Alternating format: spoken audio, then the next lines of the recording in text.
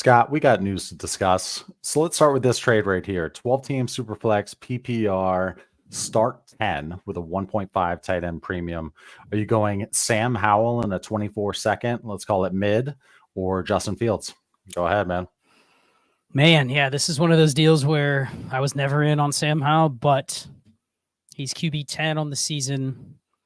He's given, I believe, I was just looking it up, he's had 4 of the top 50 quarterback games this year, so pretty legitimate in terms of his production. So even if there's no job security, we were just talking about this through in the Heisman voice chat for a little while. You're a Commanders fan. Apparently, they really love Eric Bieniemy, meaning like they don't want to lose him. So even if that means they lose Ron Rivera, is there a situation where, and just hear me out, read through the tea leaves, what is driving their team this year? The offense, right? What did they just do? They traded away everybody from their defense. Gutted their defensive line. And I think they might be setting this up for at the end of the year, hey, we got to assess things, new ownership group. The one thing that worked last year was Sam Howell in the offense. So can we make Eric Bieniemy the coach and keep the same offense and then clean house of Rivera and rebuild the defense? But it could mean that they commit to Sam Howell for another year. And if you told me you're committing to him through 2024, his scope of the QBs that are in the range with him vastens greatly, because tons of QBs you can't guarantee more than a year. So I think this is easily Howell over Fields straight up. But if you're getting the second, I think the juice right there, you just take the second and you get the better quarterback and the quarterback that's available. So that's an easy one. What a crazy swing in narrative, because before this weekend, everyone was like, Sam Howell's gone. You know, they're ripping up that organization. There's no allegiance to Sam Howell. And now all of a sudden it's like the KTCification of Dynasty. All of a sudden he's, you know, a desired asset where you're taking him over Fields. So I think it's just a wild, bet. Man. It's just a bet. It's making a bet. It's making a bet that you can see a window where, I mean, the big thing is they won. They're 4-5. You look at their schedule, it's tough. They still play Philly. They still play Dallas. Like, they have a pretty tough schedule, but they probably win 6 games, 7 games, right? If they go 7-10, even 6-11, they're picking outside the top 8, maybe outside the top 10, because there's a lot of teams that are going to be in that 2 to 4 win range, because there's 5 or 6 just bad teams this year.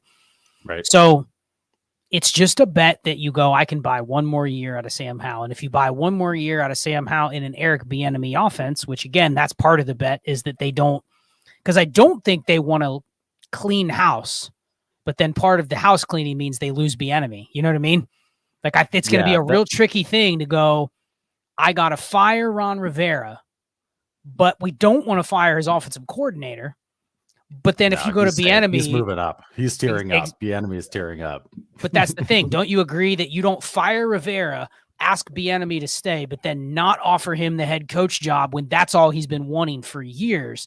So it's almost like it's either Bieniemy, and if it's Bieniemy, they probably keep Sam Howell for another year, which means the production may continue like this for another year. And if you told me I'm going to get another season and a half of it, he moves in a range of dynasty QBs where there's probably only 15 guys ahead of him, because everyone below him is going to be 1-year windows after this year. So I think you just have to adjust quickly. Fields, I mean, is Fields going to get another shot eventually? Yeah. But I don't think if you say next year at this time, you feel more okay about Sam Howell's situation than Fields. So I think that's an easy one to make if you can still capture the old Fields market. Yeah, so let me ask you this, because the other day in the Dynasty Trades in 5 OG League, I literally had in my inbox to where I could sell Howell or Levis for a 2025 first to the same guy. He just threw it in my inbox. So I chose to keep Howell and to trade away Levis, because I was like, you know what, this year's production at the very least, and the narrative at the time when I kept Howell is that he may be dead. But it was more so like, I'll take Sam Howell's production now, whereas Will Levis could turn into a pumpkin if he starts sucking. I don't know. It was kind of a, here or there. It's kind of a coin flip, but I went with Howell. Do you agree with that one? Yeah, I'm okay with that. Hopefully. And that's a testament to Clay's team in that league has Justin Fields, Sam Howell, Will Levis, and Jordan Love. So Clay has like every QB that's like on the fringe of And I'm yucky. 9-0. I'm 9 Right. and 0. And that's the thing. You continue to win. Yeah. And you continue to win despite the QB room where you're like, you feel uneasy about it week to week. I mean, any of your QBs could go up and down in any given week. So Right.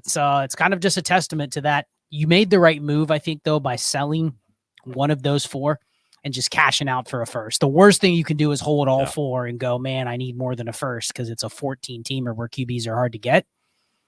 Because there's a good chance two of those four are donezo after this year, So taking a first for one of those, I think I couldn't turn them both down. I mean, right. there's Agree. you don't get situations like that. So let's go to this trade right here. Can CJ Stroud get you up into the big boy conversation now? CJ Stroud in a 2024 first projected mid, or Pat Mahomes? And again, this is a 12-team super flex. Hey, if you really want to bet on Stroud, like, this is probably what it would take to get him. You're probably not getting much more on top of Stroud than this. You know what I mean? Like, you're not going to go and sell Mahomes for Stroud at 2 firsts. Like, those days are done. No. So this looks very similar to, could I have added to a Burrow or a Lawrence or someone like that in the offseason and gotten Mahomes? Like, that's what it would have taken, a first. But you're not going to go get more than that. I love Mahomes, but I would sell him for any of the tier of QBs below him if you gave me a first plus. If you're getting in the 2 first range, like, there's nobody that's unattainable for that, especially if I'm buying extreme security in that second tier QBs. So, Burrow, Herbert, Stroud, like, those guys aren't going anywhere. They may only be 90% of what Mahomes is from fantasy perspective, but if you're adding me enough tax, like a first plus, I think you got to consider it. If Stroud didn't have a bunch of value insulation, I wouldn't consider it, but he has that. And then also, I mean, the only reason I wouldn't do this trade is if my league didn't care at all about first, and that there's a chance that's a 106, 107, and I have to make that pick on the clock. So that's really the only instance that I wouldn't do that trade right now. So what else, man? Daniel Jones. Jones or 2024 third. Oh, give me the 2025 third. Yeah, give me the liquidity. I mean, we can just hit these real quick. Daniel Jones has a torn ACL. It's almost the death knell for his career with the Giants. They're going to pick in the top 3 next year. Now, does that mean they get Caleb Williams, or do they get Drake May, or do they consider a quarterback? Who knows? But you now have a week 9 ACL tear for Daniel Jones, which is going to make it challenging, not impossible. Burrow tore his in week 10. Carson Wentz tore his, I think, in week 12. Like, those guys came back for the start of the season, but it's still a grind to get back and be 100%. You know what I mean? Right. Like, it's tough to say that. And I just don't see, if the Giants are picking in the top 3, where they consider not drafting a QB. And Daniel Jones has it's a $16 million dead cap next year. So it's not impossible to get out of the contract. Now, the problem is, does anyone want Daniel Jones? Does anyone want to trade for his contract? So the Giants may just eat it until there's maybe a suitor, until he can show he's recovered, and then maybe you could move him. But I think this is a death knell for his dynasty value. I mean, he was just coming back, he was already on the downswing, but he's just coming back, suffers this injury. Same thing. Somebody asked about Jimmy Garoppolo. I think he's done. If anything, according to Antonio Pierce, he said Jimmy G may get back in there this year. Like, I think the only value Jimmy G has now is, like, he's like Taylor Heineke. When he's in there, I'll start him. You know what I mean? But, like, he's not a guy anyone's ever going to give a locked-in job to. So I think Jimmy G, if you could get a third for him, I'd be fine doing it. Daniel Jones is right there, unfortunately, because of the injury. Yep. So what else is on your mind, man? Lots of news from the weekend. Let me ask you this before I forget. CJ Stroud.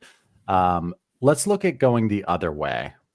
If you're in a position where you have 3 good quarterbacks, so Stroud, and then let's call it Herbert and somebody else you're fine with, tiering down, what's the furthest you tier down from Stroud? Like, would you try to make a move where you're selling Stroud for Anthony Richardson in a piece? If you have a situation where Stroud is your could be 2 or 3?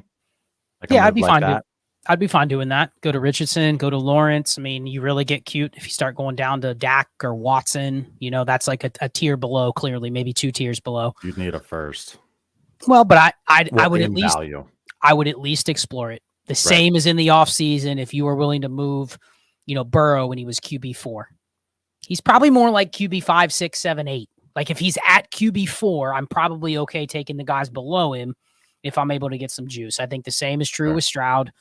So yeah, if you can get Richardson in a first or something, that's just a process move. And then the answer to Nicholas's question is absolutely yes. Stroud will be a first 6, 7, 8 pick next year in Superflex. Absolutely. I think he's right there with Herbert, Burrow. Like, you know what I mean? It's just he's gonna be in the top 8 pretty consistently. Yeah.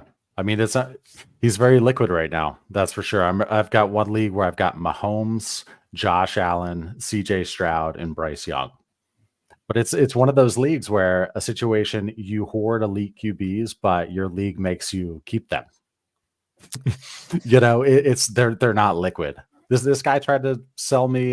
He was like, "Give me Stroud, I'll give you Diggs." So I was like, "Come on, man, what are we doing here?" So Aaron Stewart asks, "What is the value difference between Stroud and Young?" Oh, I was going to ask you. I mean, in that league specifically, let's say you didn't have both, but you're sitting on Stroud. I mean, it's easy for us when you have a stacked QB room like you do. You can really kind of be a little more flexible with what you move one of those guys for. Like, you have Allen, Mahomes, and Stroud.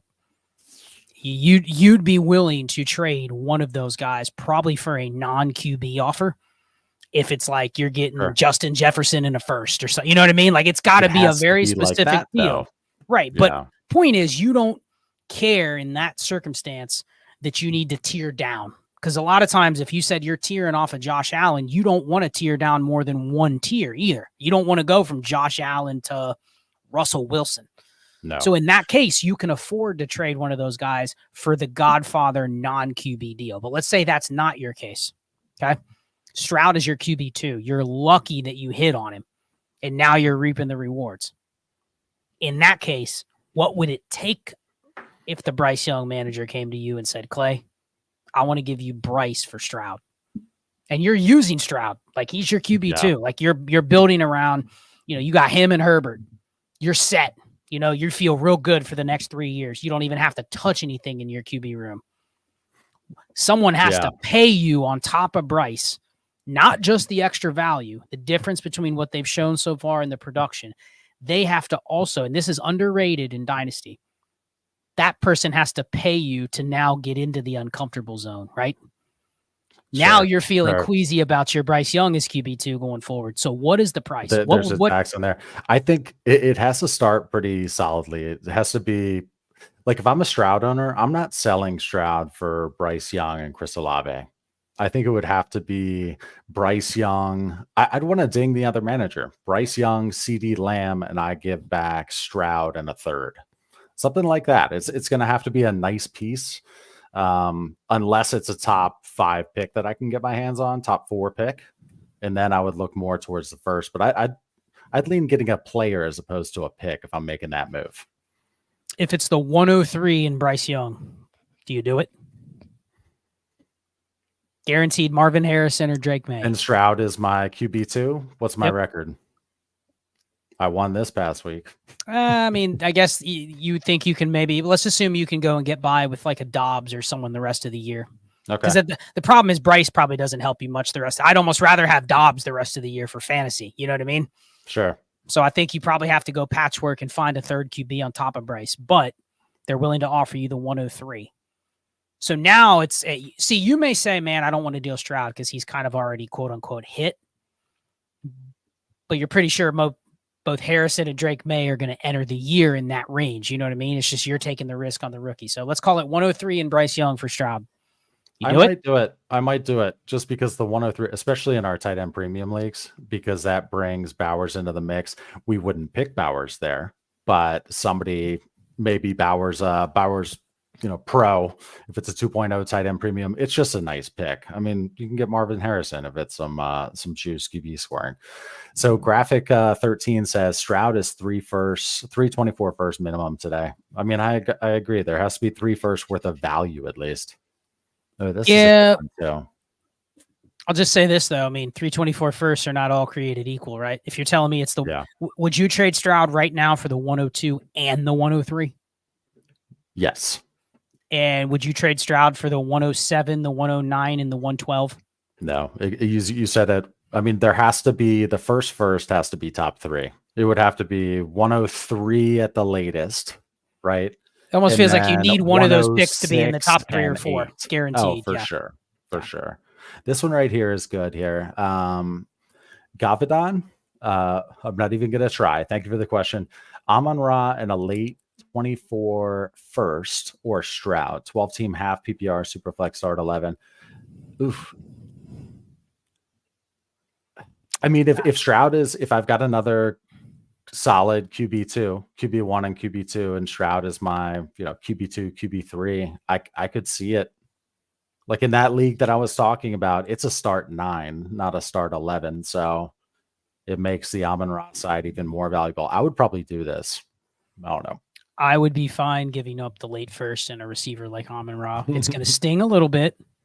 Yeah. But the only way you wouldn't do this is if you go, okay, what can I do with that first at QB? Can I get within striking distance? I mean, could I buy a guy like Watson for that first alone? Maybe the optics change a little bit when you can do something like that, but on the surface, it's a half PPR. Yeah, with what this deal wouldn't do is, that. I'm totally fine doing that. And then we had another question in here real quick from Space and Feld. I wanted to throw that one up there. So how do things change with Stroud and a 4-point per passing touchdown? I was just about to ask that. He had 10 rushing yards yesterday. Yeah, so I'll just say this. Go to destinationdevy.com, check out the WAR tool. You look back at the WAR distribution for the last 3 years, and you can literally plug in 4-point per passing touchdown leagues. You can see where the line kind of delineates to where 4-point and 6-point passing touchdowns start to drop off. It is narrower in the 4-point per passing touchdown leagues, where when you get to a certain point, call it right around like QB 12 or so, you start to prefer the elite skill players over the QBs, even in the second tier QB range. Like someone like Dak, he's not even a scorer, right? Even above that. So even in like a 4-point per passing touchdown league last year, you would see a guy like Burrow and Chase. They're on the same team, right? Their WAR is very similar. The elite receivers are very similar to that like second tier of QBs. And the receivers stay above the quarterbacks once you get to like quarterback 12-ish. But anything above that, just given what we know about the value floor of quarterbacks, when they're in the range of these guys that are just locked in, even if the WAR is similar, like it's still very hard to turn down a locked in QB where you just think about how many stressful decisions we have to make in Dynasty. How good is it when you already have a team and you go, you know what? I will live with the results. I have Burrow and Herbert. I'll live if they have ups and downs. I'll live if they get injured for a little bit, but it feels good to just be able to lock them in every week. You know, there's just never worrying about it. And that's huge for me. Like I've said in the past, I hate not having like a pretty solid QB3 or like a reliable one if something happens. So any comfort that I can get when it comes to the QB position in Superflex, especially our 14 and 16 team leagues, like that means a lot to me. That comfort. So yeah, ready to call it, man. We had 184 eyeballs in here. Oh, I just wanted to share this. Unfortunately, Cam Akers tore his Achilles again, so he's probably droppable. But I will say this, and I talked to Ray a little bit about this, that because it was his other Achilles, apparently, and I didn't really think about this, but it checks out, is, Ray said when you tear your Achilles, the doctor basically tells you that Achilles is like bionic for the rest of your life, indestructible. So maybe Cam Akers comes back. Maybe he comes back and has two indestructible legs, and then he balls out. I don't know. But Ray even said if Cam Akers recovers, because he's the one that had the quick surgery, right? Because he came back within like 5 months. If he recovers, Ray said he'll actually buy Cam Akers aggressively. It's like, dude, he can't get injured anymore. He won't have any lower body injuries. So just interesting, but that sucks that he tore his another Achilles. That's brutal for a dude that really hasn't made any money in his career. That is brutal. Let's hit this real quick. 30 seconds, Scott. Bijan or the 104 in 2024? I'd still take Bijan just because I think a game or two, and I'm way more flexible, even with the 104. 103, you got a discussion. 2 and 3, well, you got a discussion for sure. Last one, actually. Madden's passed Tank Dell in a mid first or Olave, 12-team Superflex. We buying into Tank Dell, Clay? The Trinity tracker says he's good, but not great. He was at like a 5.5 coming into the game yesterday. He's probably going to be around a 6 after this week, which is good. Like that's top 36 or better pretty easily. So, I mean, if you told me he ended up being, Marquise Brown or Christian Kirk, you know what I mean? Like, I think you can buy into him for that range, but is he also a guy you'd really kind of hedge against that and still take the reroll?